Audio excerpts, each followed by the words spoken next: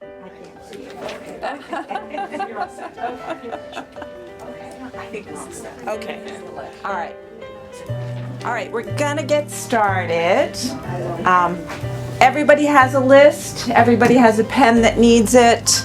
Again, my name is Lorna Ruby. If I haven't spoken to you before, I'm the adult book buyer at Wellesley Books.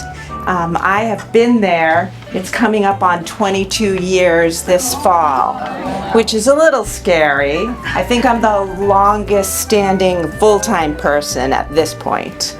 Our owners are Bill and Jillian Coley. They live right in Wellesley, and they bought the store from Marshall Smith of the Booksmith chain 12 years ago. The beautiful thing about the Coleys is they had 4 great kids, and they had each and every one of the kids work in the bookstore until they went off to college. So it's a nice community. We're also dog friendly, and so we invite you and your dog to the store. I work in the basement. It's very cool down there, and I look at the publishers' catalogs from there, and I also do social media for the store. So if you're on Facebook, I'm the one taking the pictures of the store for Facebook.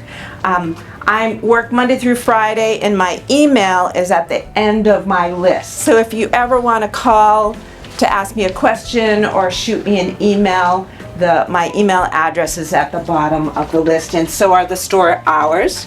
And I always like to announce that I had to carry all of these books from the bookstore. So if anyone wants to buy any of these books today, I will welcome that, because then I don't have to carry them all back. And I've read a lot of them. I haven't read all of them, but hopefully I can entice you to want them. So the very first book on the list is The Correspondent by Virginia Evans. This is an epistolary novel, the kind that I love, just a novel that tells you the story in letters, and in now modern days, emails too. The main character is a woman in her 70s. She's divorced, and she's still living in the house that she brought her children up in on a river in Maryland. She has always been a letter writer. As a child, when she would read a book, she would actually write to the author. And as a person who's retired, she earmarks a certain amount of her day to send letters, either to family members, to business associates. She was a law secretary for a judge in Maryland in her career days. So the story is basically what is happening in her life. There is a secret that's going on that's revealed to you in the letters, and there's one of her children has given her a DNA test, and she doesn't know if she actually wants. She was adopted, and she adopted her children, and she's not sure she needs to find out anything more about herself. So that's one of the key things that's happening. But it is a novel. I don't know how much of it may be based on the author's life, but in the novel, 2 of her correspondents are authors, Larry McMurtry, who she writes to after she reads Lonesome Dove because she loves it so much, and they have an ongoing correspondent, and Joan Didion. So it really is like an interesting story and a very easy book to read. The next one on the list is Frederick Bachman's My Friends. I'm sure everyone has read a little of Frederick Bachman now. This one, he's famous for The Man Called Ova.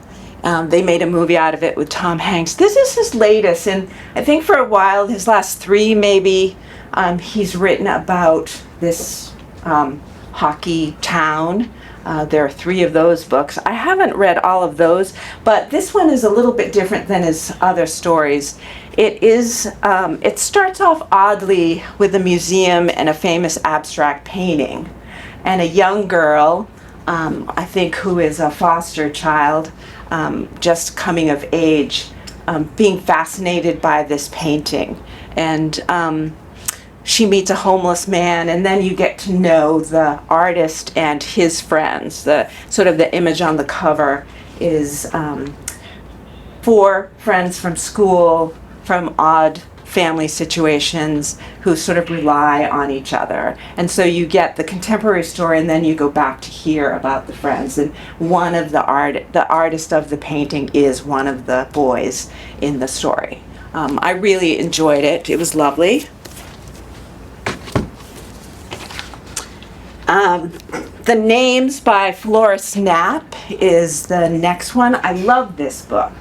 It's an Irish author, an Irish story, and I don't know if anyone has read Kate Atkinson's Life After Life. I'm a big fan of Kate Atkinson as an author, and Life After Life is the story of a young woman in England who keeps being born and dying and born and dying. Her life just keeps restarting because things happen in her life, and part of that part of her life is that she's in London during the Blitz, and she's one of the people who has to check on the houses after the bombs have stopped.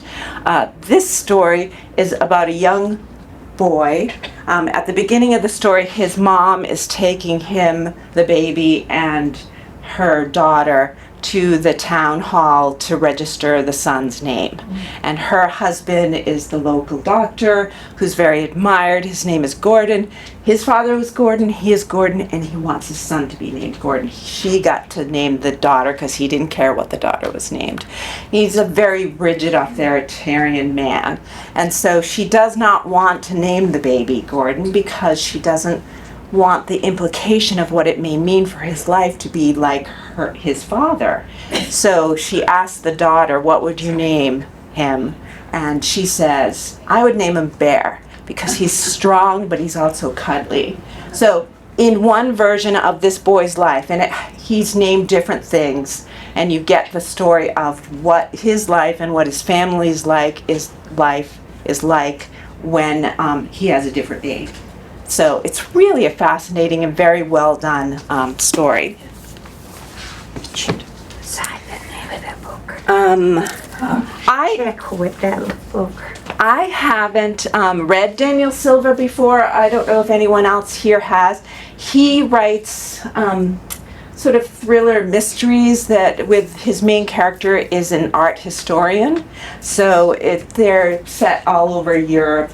And he usually goes, the main character goes to investigate a painting or repair a painting, and then usually somebody is murdered and there's a big mystery that goes along with it. My landlady loves these books. And this one is a signed first edition that the publisher sent out. He has this great signature that you can barely see letters in, hardly at all. But we had him, he's very dapper, we had him for an event once, and he's a very lovely man. I will get around to reading one of his books eventually. All right, Dark Maestro by Brendan Slocum. He has 3 books. His first book was The Violin Conspiracy. I read that one and I loved it, and I may have book chalked it. His second book was The Symphony of Secrets. The author himself is a musician, so his 3 novels all have young black men musicians and stories about their lives. This one is about a young man who is a fabulous cellist. He comes to it very naturally. His parents are divorced, but he is living with his dad and his stepmom, and they're in the inner city, and he kind of struggles, but the stepmom tries to look out for him and make sure he gets classes and things like that. But his dad's like a low-level kind of gangster, and that impacts the family and changes this young man's life just when he's on the verge of like playing with a fabulous symphony. They have to go into hiding. So I've always loved the background of this author's stories because he really describes the music and the musician's life and their love of music and their talent very well. So, and the mysteries are always pretty good. The next one on the list is Wild Dark Shore by Charlotte McConaughey. It has a really stunning cover with this sort of brown, sort of sea-tossed atmospheric, lots of waves. I read her previous book, Migrations, and she tends to write about nature and climate change, and there's a little bit of a mystery to it. This one is a man and his 3 children. He is a scientist at a seed bank, and the seed bank is on an island that is near the Arctic Circle. And their job is just to keep everything on the island compact. There have been biologists who've been doing studies, but it seems that the water is rising and they have to save as many seeds as they can. So that's the plot of the movie, of the book. It could be a great movie. And so one night a woman washes up on shore. She has been tossed by the ocean, and they take her in and they try to revive her. They don't think she's going to make it, but she sort of becomes part of their family, part of the story. But she has a secret, of course. It's very well done. Kind of on the dark side, but all of our characters are very intriguing. The next one is by Adriana Trigiani. It's The View from Lake Como. It too is a signed copy. Let's see if her signature actually looks like. Oh, hers is very pretty. It's just sort of a squiggle of letters. She's written a lot of books. She has an Italian background. I think she's even written a book of family recipes. So this is the story of a woman who is recently divorced. She's lives with her wild Italian family on both sides in Lake Como, New Jersey. But after the divorce and other things that are happening, she just decides she's going to go to Italy to see where her family has come from and try to make some changes in her life. And so she goes to the real Lake Como, and it's supposed to be like one of those great, you'll like the Italian family, the humor, the characters, the being in a new place and sort of reinventing her life. Now, the next one is Bill Clinton and James Patterson, their second mystery that they wrote together. Has anyone here read the first book? No? This is the second one, and of course, it always has a president in it, and there's usually a murder, and you take it from there.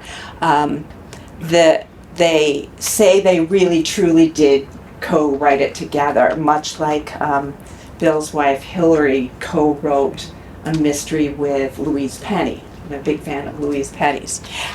So I have a gift for somebody if they want. The publisher brought me, it's a box set, it's sort of a box version of this. It is the book inside, which is kind of fun. So the book is just inside, but they've made this box, and you have to see it to believe it. Oh, there's just this crazy, it's got to be plastic, right? But it's like it looks etched. It looks like there's bullet holes. So, when the publisher gave it to me, she said, "Do you know anyone who wants this book? It's a special edition." And I said, "No, but I do a book talk over at the Wellesley Council on Aging, and I can offer it as a free gift to anyone who's interested." Now the question is anyone interested in this free edition? It's the book.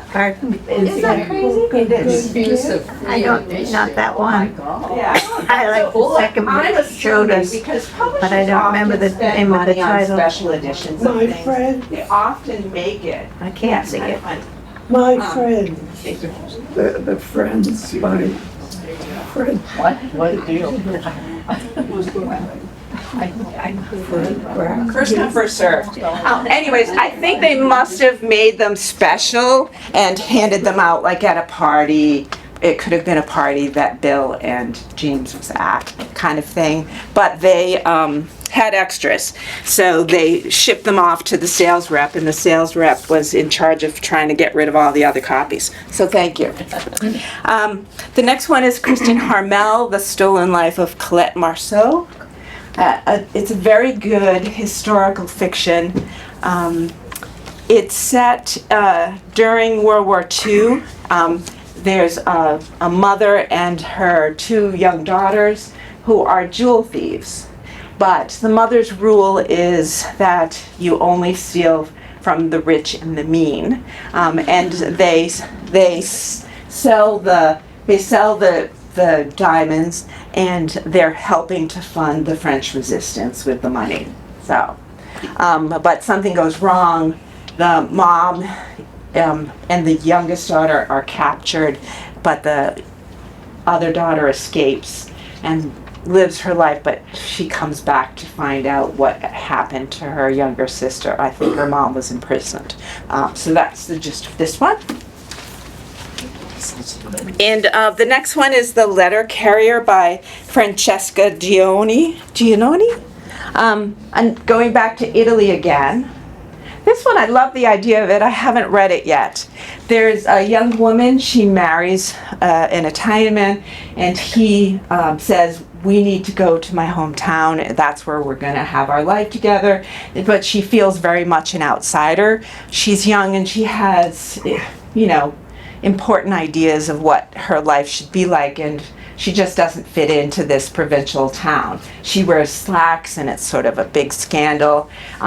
And she wants a job. So she finds out that they need a letter carrier, and she applies. You have to take a test. She applies, and she gets it. So the gist of this book is her being the letter carrier and being a part of these people's, the small town, the people's lives, getting to know them and helping them and fitting in a little bit better. I don't know if you have read Taylor Jenkins Reid. She, of course, has The 7 Husbands of Evelyn Hugo and Daisy Jones and the Six. This is her latest novel. It's always a young woman. The one that I read that I really liked is a young woman who's like a tennis pro. And her dad is her coach. So this one is a young woman who wants to be an astronaut, and is part of the first group of women that they allowed to train to be an astronaut. So it's set in, sort of based on the real program that NASA had, and it's set in the 1980s. So you learn sort of, it's her at NASA, at the Space Center, going through all the training and the relationship of the women that are doing it with her. The House on Buzzards Bay by Dwyer Murphy. This has a great sort of nostalgic, old-fashioned cover. The house up on the cliffside of the Cape. It's set in somewhere around Buzzards Bay, and it's the story of a young man. He and his college friends get together in the summer, so they rent this house, and somebody's murdered, and it was probably one of them, and so take it from there. It got a great review in the Boston Globe, and one of my favorite mystery writers, Adrian McKinty, he's Irish, and I love all of his stories, is also a big fan. A classic New England literary mystery pitched somewhere between The Secret History, If We Were Villains, with Murphy's economy and wit. He loved it. So another somewhat beach book, The Martha's Vineyard Beach and Book Club by Martha Hall Kelly. Martha Hall Kelly is the person who wrote The Lilac Girls. That was the story of the women who worked in the French Resistance too. This is a story of 2 sisters who are living on Martha's Vineyard. It's World War II. They spend their time, worrying about the war, looking out for submarines, and And so they started a book club, sort of like the Literary Potato Peel Society. There are too many words, I got that probably wrong. Sort of like that. There's also a contemporary part where a young woman, her mom dies, and so she comes to Martha's Vineyard because her mother spent time in Martha's Vineyard, and that's where the story of the two sisters in the book club are revealed. And another author that we have had at the bookstore, B.A. Shapiro. Her name is Barbara. She was a professor, a writing professor at Northeastern for years. She was friends with our bookseller Barry. And her real name is Barbara, but she chose to use the pen name B.A. Shapiro because she felt like her books weren't really getting the attention they should have with publishers, and she figured if she hid the fact that she was a woman writing these things, that she would get published in. So she's had like maybe 4 or 5 bestsellers as B.A. Shapiro, so we're very happy for her.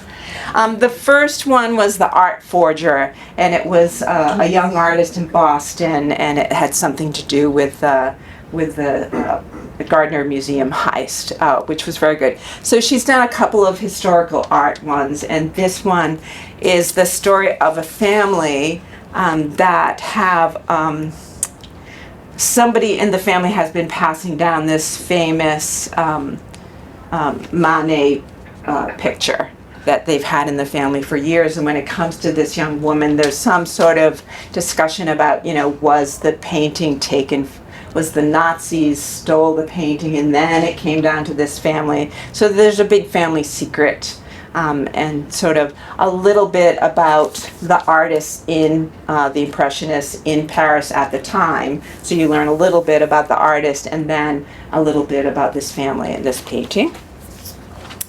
The next one I really enjoyed. This is Natalie Jenner's Austen at Sea. She has written a couple of books about the Austen family, about the Austen house before. This one, it's great. It's set in Boston initially. 2 young sisters who their mother has passed away, but their dad is one of the Boston court justices. The funny part is he and his fellow justices, they're a wide range of men of different ages and opinions, and they're always, working, but they've decided to have a book club. And the 2 young daughters of the Chief Justice have a huge interest in Jane Austen.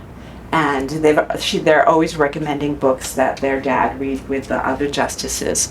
So the 2 girls start a letter writing with the last Austen brother who's survived, and he has invited them to go to England so that they can see what he has of mementos. And so their dad doesn't want them to go, of course, but they sneak out and board the ship, and he sends one of the younger justices out to leap onto the ship to be a chaperone. And at the same time, there's 2 brothers who run sort of an old bookshop in Philadelphia. They're very interested, and they write to this Austen brother, and he invites them. And in the Austen brother's mind, which just seems so perfect, and I'll stop describing it after this, but it's so entertaining. Because his sister always did the matchmaking in her stories, he feels the need to matchmake, which is why he's invited the 2 sisters and then the 2 brothers, because he thinks that they'll come together and it'll be perfect. But so there's a lot of real history. This didn't really happen, but she bases the story in real history of what the last brother was, where he was living, and the things about the Cassandra burning all the letters, which ties into that Austen thing that's on PBS right now. Anyways, totally enjoyable. And the last novel is another new book by Chris Bajalian. He is a Vermont author. We've had him at the bookstore before. He writes a mixture of historical and contemporary novels.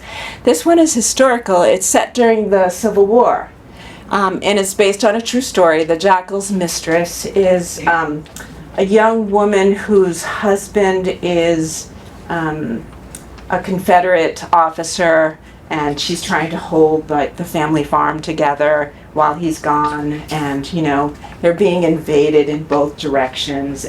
They're in Virginia, and so she discovers a wounded Union soldier and has to decide what to do, and she thinks that she will help bring him to life, save him, in hopes that if her husband has been captured, that she could have some leverage and do sort of an exchange. So it is based on a true little-known story, and Chris is a great proponent of independent bookstores and a fun guy. We've had him before. So that is the fiction pile, and I read a lot of mysteries, so I always try to bring some with me. The new one is Big Bad Wool by Leonie Swan, and I brought the first book by her, 3 Bags Full. And now, believe it or not, it's this one is set in Ireland, and there's a shepherd who has a lot of sheep. They all have different personalities, and in the book, the shepherd is murdered, and the sheep solve the murder. And the funny thing is, and I'm a big fan of animals and books talking. I have no problem with that. They, of course, don't talk to people. They just talk amongst themselves and figure this stuff out. So that's the first one, the 3 Bags Full. And they're just very funny and very entertaining, and it's a good mystery. So in Big Bad Wool, it's the sequel. A young woman who was friends with the shepherd has taken the sheep, and she's been invited to bring the sheep to Italy. And there's like a little town that wants to start like having more farmers and cheese and get a little more excitement going in town to have it more touristy. So she's invited, so she's living in a little caravan. I think her crazy mom has come, and there are other people that you meet, and of course the sheep have to step up and figure out really what's going on and where the trouble is. It's, like I said, it's totally enjoyable. The next one, Queens of Crime. So this is Marie Benedict, and she's the author who writes historical fiction about real women. She wrote about, come on, help me out, people. She wrote about Einstein's wife and J.P. Morgan secretaries? yes, so the Mitford, the First Ladies, the personal librarian, yes, Lady Clementine, so Churchill's wife, and Carnegie's maid, that was the other one. A lot of bestsellers. So this one, as a mystery writer, really enjoyed it. It's called The Queens of Crime, and it's London, the 1930s, and the main characters who decide to help solve a crime together, a real crime, so that they can get into this exclusive male detective society. You know how there were always these clubs in London. They're not allowed. Like maybe they'd let Agatha in, but they wouldn't let the others in. So it's Dorothy Sayers, Agatha Christie, Nagio Marsh, Marjorie Allingham, Baroness Emma Orczy. So they find this girl that has been murdered, and they decide to solve the crime, and that way they can prove to the men that they deserve to all enter this. And their personalities and the clashes amongst even the women, it's actually a lot of fun. The next one is Murder Takes a Vacation by Laura Lippman. And if you can't tell by just looking at this cover, this is one of those river boats that goes on the cruises. So Laura Lippman has a lot of mystery set in Baltimore that I have read and loved. And there's a character in one of her books that is like she becomes a private eye. She's an older woman, she's widowed, and she does a lot of the spying for the main private eye. And this book is her story. So she has found a lottery ticket and on the ground, and it turns out it's a big winner. So she has all this money that she doesn't know what to do with, and she decides to go on a boat cruise. She wants to see Paris. So she and one of her friends gets a room, and things start happening on the river cruise. There are some odd characters, and things just aren't. Somebody goes over the edge. So there's a mystery that she has to solve. And she learned a lot from the detective that she worked with, and she doesn't fit the typical detective sort of look. And so it's a fun story, and I haven't ever gone on one of those river cruises, and this doesn't dissuade me that I would want to, because everybody says they're great, you just get off and on the ship, but that it's sort of very entertaining, because that's, you learn about the people on the boat who are running the boat, who are setting the tours, and all this stuff that's going on is getting in the way of that. So it was good for that. Another author that I really like who writes other mysteries is Ellie Griffiths. This is her new one, The Frozen People. So she is a British writer, and she has a couple of different series that I've recommended before. One is historical and one is contemporary. And the contemporary one is a woman who's an archaeologist, a forensic archaeologist, and she works with the police. This one is a standalone, and I just started reading it. And the subtitle here is Some Murders Can't Be Solved in Just One Lifetime. So you meet the main character. She's a divorced woman, married multiple times, has a 20-something son, and she's gotten her degree later in life, and she gets this job for the police ostensibly, but it's sort of a secret department of the police. What they do is they look at old unsolved crimes, but how they solve the crimes is they go back in time to get evidence, and then they solve the crime. So it does have, it's different for her. Like certainly there are plenty of time travel books out there, and I've enjoyed them in the past. So but it seems very believable. Like there's a physicist who figured out, it's like they describe, you either walk up the stairs or you go the elevator. You're still in time, but you're moving differently in time, and that's the gist of how so the first time, they go back for a very brief time. The first time they go back to 1976, and another time they go back to right before COVID hits, because we're post-COVID now, it's more contemporary. But the biggest thing is that she's now going back to Victorian England because a current prime minister officer, one of his ancestors was accused of a crime, and the prime minister, who knows about their department because he's helped fund it, wants them to go back and clear his family name. So it's interesting. I'll let you know how it goes next time. And then the last one in the mystery section that I truly brought it because if you ever want to read a book where you want to enter the world just based on the cover of the book, this is one. It's Paul Doran, and it's Hatchet Island. And look, it's this. He's from Maine. He sets all of his stories in Maine. I just love everything about this. So the main character was like one of those wardens that are also police officers. That's the main character, and his wife. They're called to this island where it's a research place, but the people there have been sort of harassed. They think something's going on, somebody's coming up to the island at night, and they don't know what it really is. But isn't that just the stunning art? Very evocative with all the birds flying.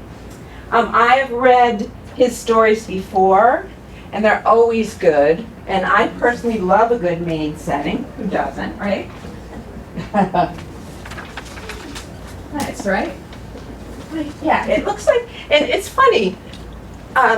When you buy books for a living, you're constantly looking at the cover and deciding whether it's a good cover or a bad cover. If it's an appealing cover or no one's going to pick that cover up. It's not a joke. People do judge books by their covers.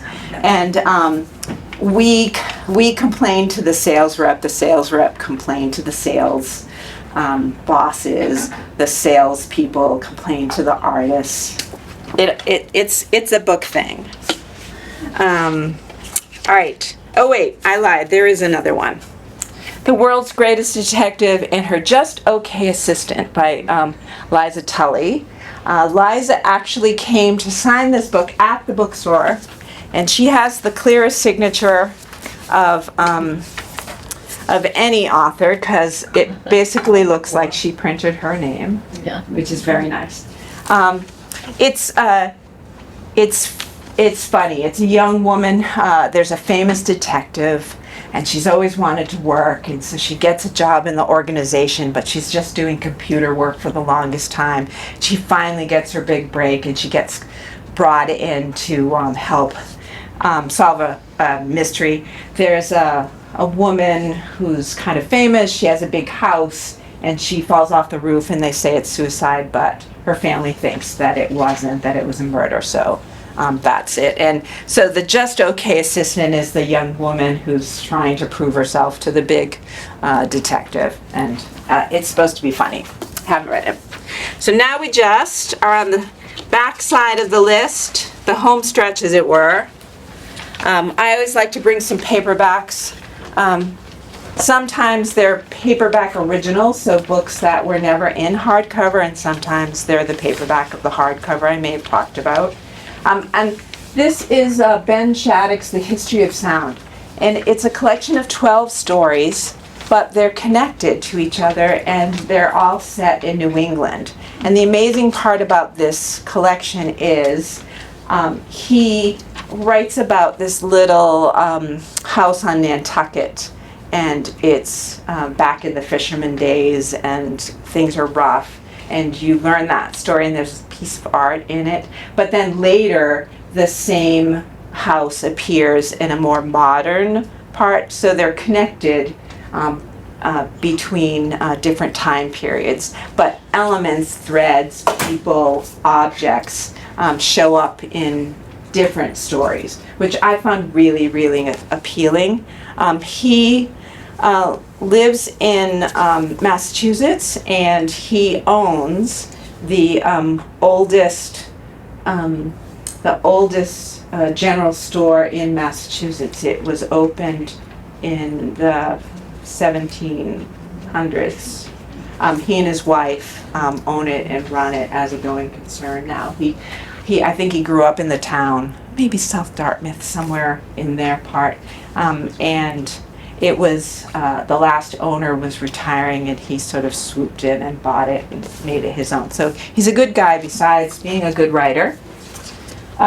This one is just purely for the title, and it's called Booked for Summer by Catherine Freeman. And it's the story of a young woman who gets a job at a bookstore in Nantucket, and she finds out that a big real estate guy is gonna close the bookstore and build condos, and so she starts to fight for the bookstore. A good summary book. Main characters, because there's another main book. This one is a very intriguing plot. It's by Hannah Ornstein, and I love the loons and the loon babies on the cover.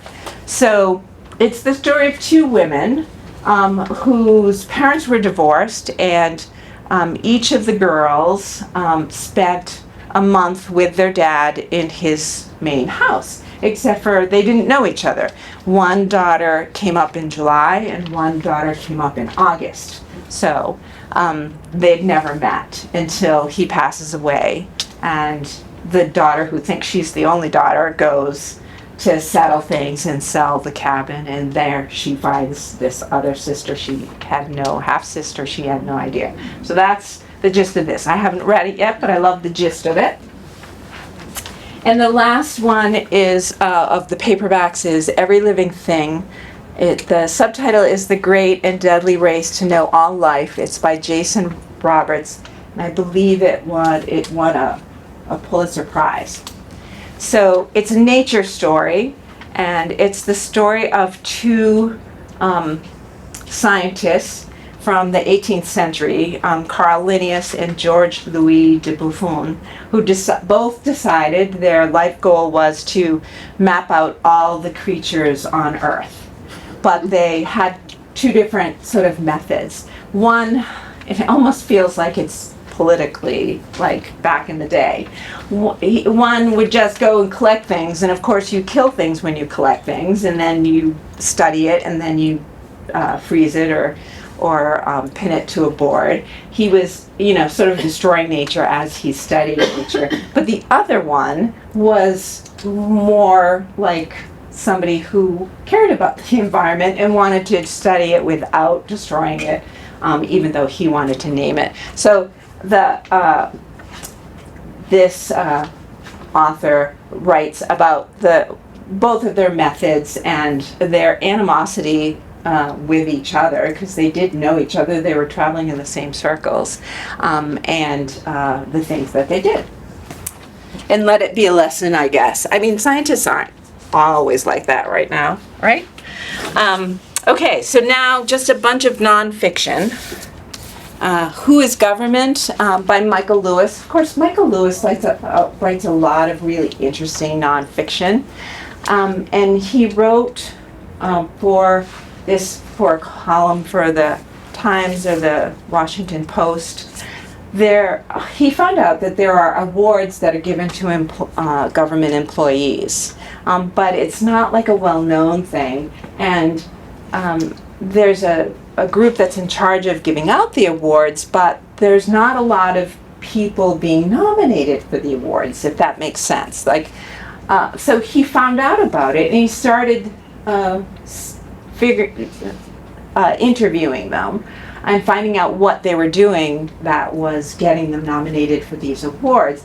And for the most part, they're civil servants who came to the government because they were interested in fixing something or they had expertise, and so they don't really think they need acknowledgement. So that's the gist of it, but the stories themselves are fascinating.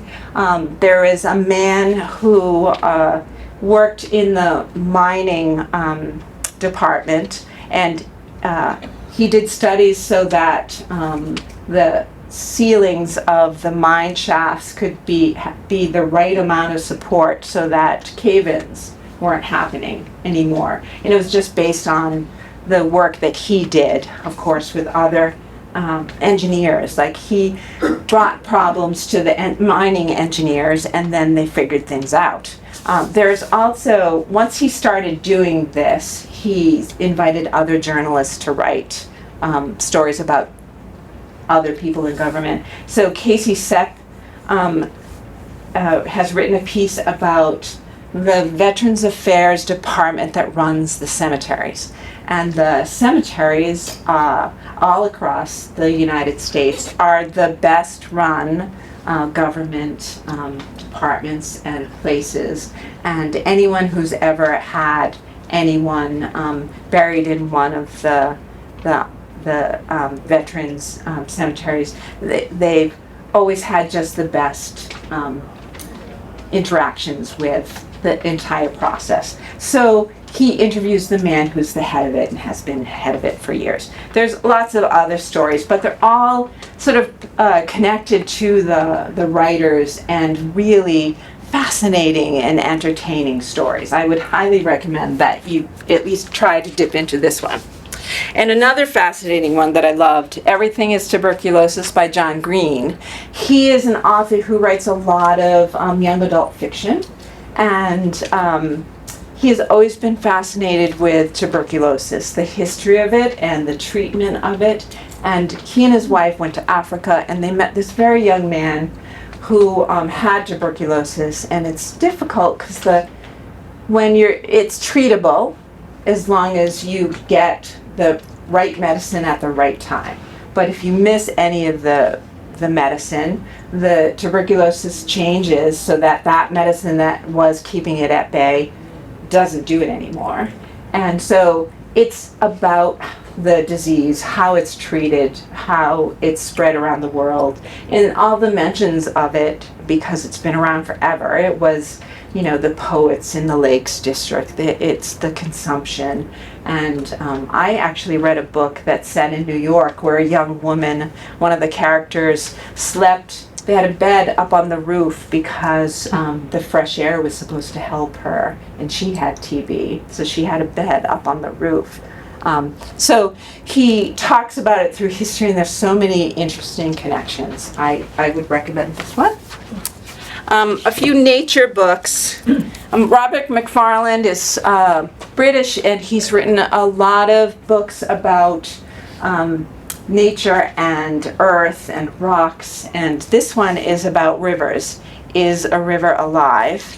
And the rivers that he covers in this book are there's a river, there's a river in Canada, a river in India, and a river in Ecuador. And his premise is, because they're moving, they're alive and they're ever changing, and so much of life depends on it. And so he describes each of these. I don't know if anyone has read James Rebank's The Shepherd's Life. It's a memoir. He runs his family's sheep farm in England, and he met this woman while he was traveling. She is living on a remote Norwegian island. She's very elderly now, and she does something that has always been done, but she's like the last practitioner of this. She raises eider down geese, and she collects their down for clothing and blankets and things. And so she's very much she lives alone, and she does all of this, but she's getting elderly, and he's been writing to her, and she says, "This is my last season. I'm not going to be able to do this. Come help me." So he does this, and that's what this book is the time he spends with her, what he learns from her, and nature and things. I haven't read it yet, but I do plan on doing it. The next one is by Lynn Olson. It's The Sisterhood of Ravensbrück. Lynn Olson is a historian, British. She's written a lot of books about World War II, and this is the women who were written about in the novel, The Lilac Girls. This is the real story of those women, the French women who were captured and sent to Ravensbrück, and they were resisting the war when they were free, and they continued to do it even though they were being held by the Nazis in this concentration camp. And so this is the information, part of the information that Mary Hall Kelly used when she was writing the Lilac Girls. This is Ron Chernow's Mark Twain, and you could totally use this as a weight. It ends in an index, and it's over 1,000 pages. So as much as I love Mark Twain, and as much as we love Ron Chernow, who of course wrote about Hamilton, and he wrote about Grant, and he wrote about Washington, that's a lot of Mark Twain. So I applaud anyone who wants to enter this world and gets through it. I just couldn't, because even, you know how I listen to a lot of audio when I'm driving to work, and I get through a lot of books that way, but that's a lot of hours too with Mark Twain. He's fascinating though, right? But one of my coworkers, Melinda, tells me she is reading it, so I have to check in with her and see how it's going. But by all accounts, it's obviously very thorough. Yeah. And worthy of reading if that's what you want to read. Just not me, not now. The Beast in the Clouds is by Natalia Holt, and the subtitle is The Roosevelt Brothers' Deadly Quest to Find the Mythical Giant Panda. And it's not part of history, I know. So it's the 1920s, and people are going to the Himalayas on these expeditions, and they've talked about the pandas, but a lot of people don't even think that they're real. And so Roosevelt's two oldest sons, Teddy Roosevelt's oldest son, Ted and Kermit, gotta love Kermit Roosevelt, join an expedition. They are determined. And so there's blizzards, their food is lost, people die, but they do actually find the panda. Sorry to give that away, but it's one of those nice real adventure stories that books do well. And another really fascinating story, The Feather Detective by Chris Sweeney. And the subtitle is Mystery, Mayhem, and the Magnificent Life of Roxy Laybourne. And again, this cover is, I guess it's a painting, and it's trays of dead birds. So, she was a scientist who worked at the Smithsonian Institution, which in itself is cool, right? And in 1960, there was a plane coming out of Boston trying to lift off from one of the runways, and they hit a flock of birds. And it went into the harbor, and 60 people died.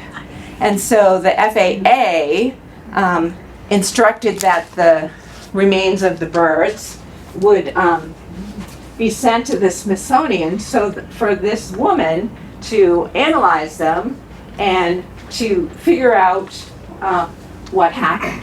And it turns out she was very good at it, and she actually became the first ornithological forensic scientist, and had quite a career at the Smithsonian. So not only did she work helping to solve murders when there was bird evidence involved, she also worked with airlines and the FAA and the Air Force to actually help to bird-proof planes, because she knew that much about ornithology.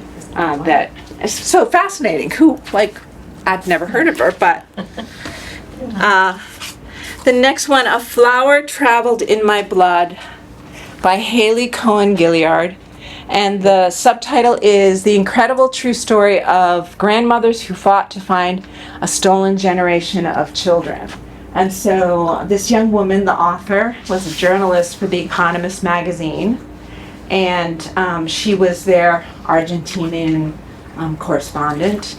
And during the junta, when the government was overthrown in '76, I don't know a lot about that time, but when they took over, they started to take the pregnant women who were in the country at the time, stole them from their families, and after they gave birth, they gave the babies to the military and government officers. And so there were all these kidnapped children, and then the mothers disappeared. So the mothers who had pregnant daughters disappear would not let it go, and they themselves formed a group to try to find out what happened to their families and what happened to their grandchildren. So they just took it upon themselves to do it. There's a picture on the end papers of a group of the grandmothers. And so this journalist found out about this and started talking to people and has written a book about it. And they say it's fascinating. It's like a lot of the Eric Larson or the FBI book, that a story that really did happen that you just don't remember ever hearing about, and then somebody making it all happen. And their children were found. They were discovered. So this next one is Summers in Squid Pickle, which I just enjoy saying. It's a little fisherman's village in Newfoundland, and Robert Finch is the author who wrote The Outer Beach about Cape Cod. He spent many years of his life on Cape Cod and wrote about that, but he also spent 2 decades in Squid Tickle. So it's the story of, the community that he enters, the fishermen, their way of life, the people. He ended up getting a house there and spending summers there for 20 years after he left the Cape. And he's passed away recently in 2024. So this may be his last book. But it's just a wonderful story about Newfoundland and the coast. And I believe he met a woman and married her in this too. So. And then I love the cover of this book too. Fatherhood, A History of Love and Power by Augustine Sedgwick. It has a very much sort of a Norman Rockwell, this young boy that is flexing his muscles in his. So with a name like Augustine Sedgwick, you would think he was very much like British and elderly, but he's not. He graduated from Harvard, and he is originally from Maine and lives in New York City. There's a tiny picture of a very handsome man on the back of this book. But he became a father, and he was thinking about, he's a historian, so he started thinking about, not famous fathers in history, but pretty much where we get our idea of patriarchy and fathers being in charge and fathers doing this. So he decided to write this book, and he focuses in on emblematic fathers such as Aristotle, St. Augustine of Hippo, Henry VIII, Thomas Jefferson, Charles Darwin, and Sigmund Freud. And so it came out right before Father's Day, and we did have it on our Father's Day table. So if you like history and then just the focus of fatherhood, it sounds fun to do. And last but not least, another fabulous cover. It's called A Marriage at Sea, and it's by Sophie Elmhurst, and it too is a true story. It says, a true story of love, obsession, and shipwreck.